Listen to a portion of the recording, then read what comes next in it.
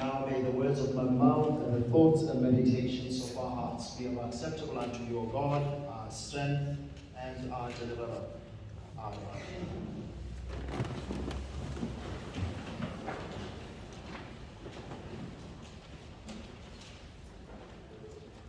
You may have noticed on coming in to the church that we've chosen today to restore the practice of filling up our fonts, the stoops, with holy water at the entrances. All are welcome to resume the practice of crossing themselves, to bless themselves and to remind themselves of their baptism from today going forward. Now, today's homily, whose theme is around water in the season of creation, is actually very much from the notes by Reverend Sagalom Tinkulu, which notes for the season of creation manual for this year. I have to be honest with you, I read that manual for guidance and I couldn't beat that. So you're going to be getting very much what Father Tinkulu shared with all of us. So here we go. Although water covers 70% of our planet, fresh water which we can drink and use to irrigate our crops is very rare. Only 3% of water is fresh and 2/3 of that is frozen. And so 1.1 billion people worldwide lack access to water, and a total of 2.7 billion find water scarce for at least 1 month of each year. Inadequate sanitation is also a problem for 2.4 billion people. They are exposed to diseases such as cholera and typhoid fever and other waterborne illnesses. 2 million people, mostly children, die each year from diarrheal diseases alone. Many of the water systems that keep ecosystems thriving and feed a growing human population have become stressed. Rivers, lakes, and aquifers are drying out or are becoming polluted, too polluted for use. More than half of the world's wetlands have disappeared. Agriculture consumes more water than any other source and wastes much of that through inefficiencies. Climate change is altering patterns of weather and water around the world, causing shortages and droughts in some areas and floods in other parts of the world. At the current consumption rate, the situation will get worse. By 2025, 2/3 of the world's population may face water shortages. Now that portion comes from the World Wildlife Foundation's report on water scarcity. Today's readings all address the importance of water. Water plays a very important role in our Christian journey. On our baptism, we entered into salvation and were made members of the body of Christ through water. Even though we might know this, clean water is still something that is easily taken for granted, especially in highly developed parts of the world and areas in our cities. Like with many other issues, it is quite difficult for most of us to sympathize with other people's plight if we are not directly affected by what affects them. Africa is not exempted from this crisis. Many of us did not pay so much attention to the need for clean water until natural disasters like the not so long ago droughts in Cape Town and floods in Durban, and today we hear that in Pakistan about 1/3 of the country is affected by flooding that is happening. The issue of clean water in Africa cannot be separated from the issues of politics, economics, inequality, of race, of poverty, of climate change, and of sexism. Natural disasters resulting from climate change and environmental destruction have one way or another contributed to the suffering of those who live on the margins of society.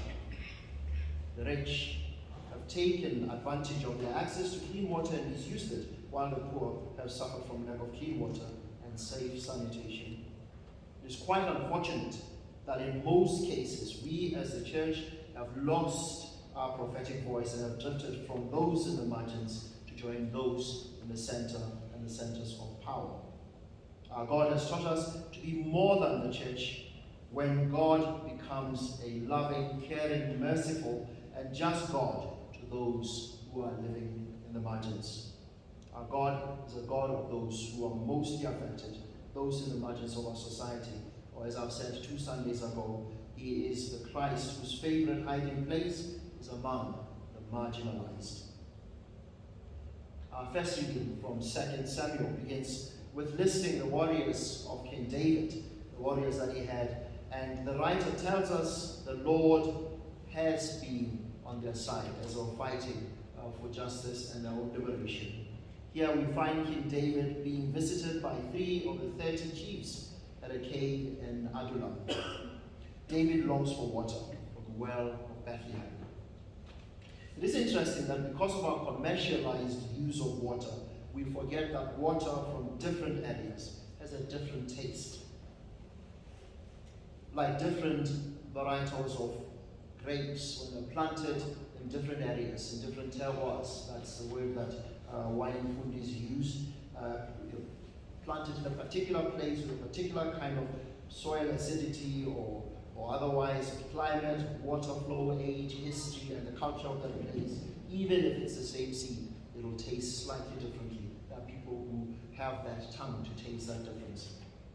Water can be like that, but we've lost that because we are so used to commercialize water to one degree or another. And David longs for water that comes particularly from Bethlehem, which has been taken by the Philistine garrison. 3 of his warriors brought to him this water that he was longing for, but David could not drink it, but offered it. This water had a specific terroir, if you want to put it that way. He offered it back to the Lord and poured it as a libation on the ground. This seems a very strange thing to do, but he was calling for water not because of physical thirst. Surely the army could provide him with whatever water might have been available. But he wanted a water that would be a powerful symbol for the liberation of Bethlehem from the Philistines. But when they brought this water to him, he realized his mistake, realizing that perhaps I'm not strong enough to mount a liberation fight against them. And so he changed his mind, otherwise his people may have suffered. He changed tack. He listened to God and he began to pour the water out as a blessing and as a form of thanksgiving. The blessing of God has more value than just that small drink of water. That's what it had for David. So we realize that water has many meanings apart from its literal use. It links you to a place, and it has spiritual meaning of thanks, of blessing, and yes, even of liberation. The psalmist gives praises to God today. This psalm could also be read as a song to God. Here the psalmist praises God who overcomes deeds of iniquity and forgives our transgressions. The psalmist also reminds us that God can silence an angry sea. Our God is a God who waters the earth and a God whose river is full of water, the psalmist seems to be telling us. So God doesn't join those in the margins empty-handed. God carries the water and wells up from God's self, from the very heart of God. The psalmist reminds us that water is a free gift from God. The rivers of God are full of water. This speaks against the commodification of water, which tends to make it a scarce resource. Although we must pay for the purification and delivery of water, the water itself must always remain a free gift from God and not be a commodity. The writer of the Revelation shares a vision of the New Jerusalem. The person who receives this vision saw 7 angels, and one of them speaks to them, the writer. One of the things that the angel shows them is a river of the water of life. The water of life is bright and crystal, which could symbolize the cleanliness and purity of the water, and the source of this water is the very throne of God. It is in this water of life that we as Christians are baptized and renewed. This picture is of Eden restored, and just as in Genesis the Garden of Eden was watered by rivers, now the New Jerusalem a vision of hope that we can have a restored Eden whose clear rivers water even the tree of life. Now, gospel reading today, whose heart is the Samaritan woman's appeal. Give me this water so that I may never be thirsty. The challenge with this story is not so much that we are not familiar with it, but that we are too familiar with it. We have probably had too many homilies and sermons on it, some of which even go as far as referring to the Samaritan woman as a prostitute. But I don't think that's what John says. What if this was just an unfortunate woman who was divorced several times by different husbands, or maybe whose husbands died, and now she's just afraid of getting into another marriage? Not necessarily a dirty woman, but we're so much used to it, and we come to this story with very judgmental eyes. If one were to summarize the whole Gospel of John, from which today's Gospel is taken, that word would be relationship. For John, it all begins, continues, and ends with relationship. Even God is about active community. Now, this is evident in his opening verses, John's opening verses. In the beginning was the Word, and the Word was with God, and the Word was God. So to understand any portion of the Gospel according to St. John, we need to understand God as a God of relationships within God's self, with nature, and with humanity. Now, John begins today's narrative, today's reading, with Jesus heading back to Galilee from Jerusalem. His route goes through Samaria, and Jesus gets tired during this journey and decides to rest at the well of Jacob, which marks the scene of this encounter and this long conversation. It's quite a long conversation if you compare that to the other conversations that Jesus has with other people. It's a long conversation with a Samaritan woman. Now, Jacob is the mutual ancestor for both the Jews and the Samaritans. Now, this is important to why this event happens around this well.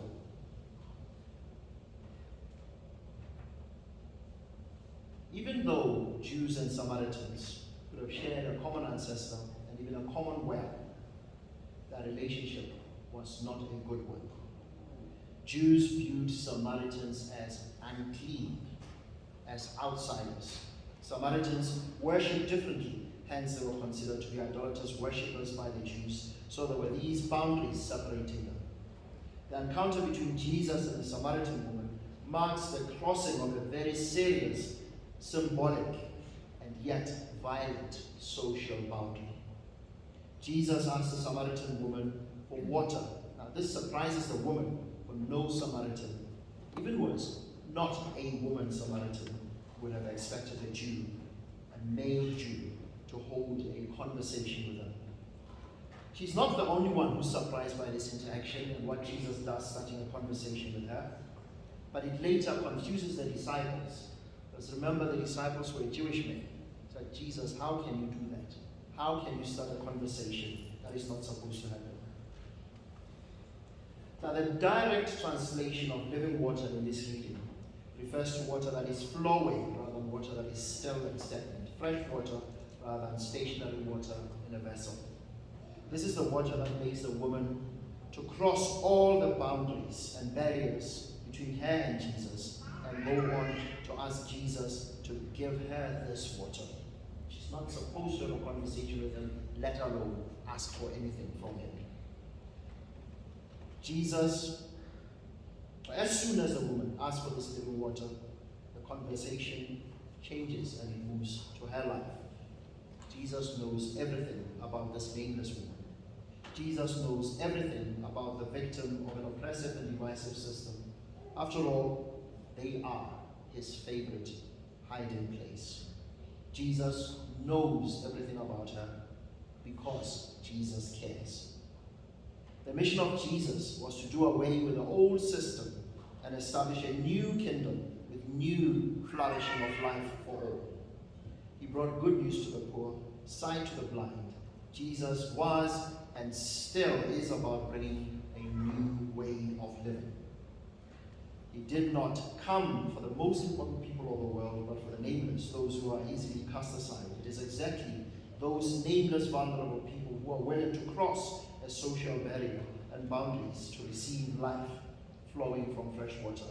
Those are the people that we see in the Gospels. He seems to hang around quite a bit with them. Not that everybody else makes no sense and is not important, but he seems to have a taste, a terroir for these. Others queue for water among the poor from taps and use shared toilets, risking harassment if they use them at night. But we do know that we do live in a part of the world where we irrigate our beautiful lawns, and they're beautiful, don't get me wrong, and have beautiful swimming pools and toilets in our houses, and those can sanitize us from remembering that others do not have fresh water. Climate change is all about water. Drought, flooding, and sea levels that are rising. We have seen the misery of the floods in the KZN. We have seen the near disaster drought in Cape Town and so many smaller towns around that part of our country. It is time for us to recognize that climate change is real and to take action as individuals, as families, and as churches. With so much awareness on environmental and water justice issues, many of us still participate in a system that deprives the poor and other living creatures of their right to clean and healthy water. Among these is corruption.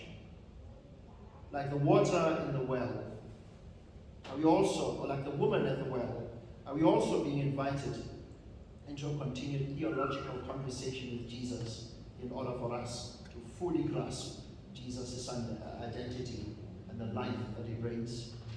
Like the woman, are we also being challenged to go out and testify and invite others to come to the water of life? Like Jesus and the woman, are we invited to come to overcome the intersectional boundaries of religion, ethnicity, gender, orientation, race, and whatever? Like Jesus, are we willing to converse and share clean water and fresh water with those in the margins, both the real literal water and the symbolic and spiritual meaning of water? Now, what are the practical steps that we can take? We could put pressure on our politicians to make sure that the human right to water and safe sanitation is fulfilled. We can make our churches into models of sustainability. On that note, next year St. Thomas turns 70. Could it be that we mark our 70th birthday by seeking ways to be a greener church? Perhaps installing Jojo tanks, perhaps watering differently, perhaps looking for inclusion of more indigenous plants in our garden so that we become truly greener and aware of water and become a symbol of that in our community. Maybe we could make links between natural disasters and climate change a bit more in our conversations, make each other aware and teach one another and grow one another in our green awareness. Shall we today ask Jesus to give us this living water so that we may never be thirsty? Shall we have the further courage to draw it and share it with others?